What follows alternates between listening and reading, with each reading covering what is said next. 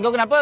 Kejemek lah. Kau tak ingat ke cikgu botak cakap apa semalam? Siapa yang tak siap kerja saya esok, siap dia. Alah, kau ni serabut lah. Santai lah. Ni aku dengar Rin ni pun tak siap lagi.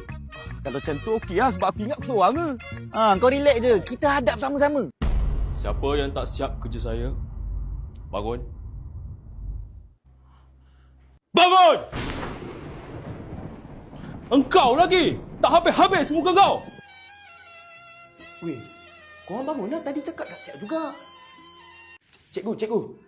Cuba cikgu cek dua orang tu. Sebab tadi sebelum saya masuk kelas, diorang cakap diorang tak siap juga, cikgu. Okey, bagus. Teruskan. Okey. Bagus. Kalau dah tak siap kerja rumah, tak payah nak sebab petik nama orang lain. Ha? Kau ni menyusahkan orang, kau tahu tak? Aku bagi kerja rumah. Assalamualaikum.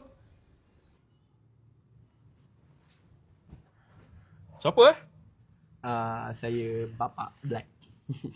Oh, ada apa? Sekejap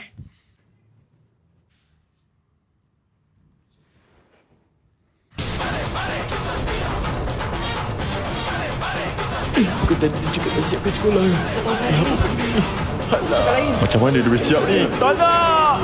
Apa ni? Pasal apa? Tak nak!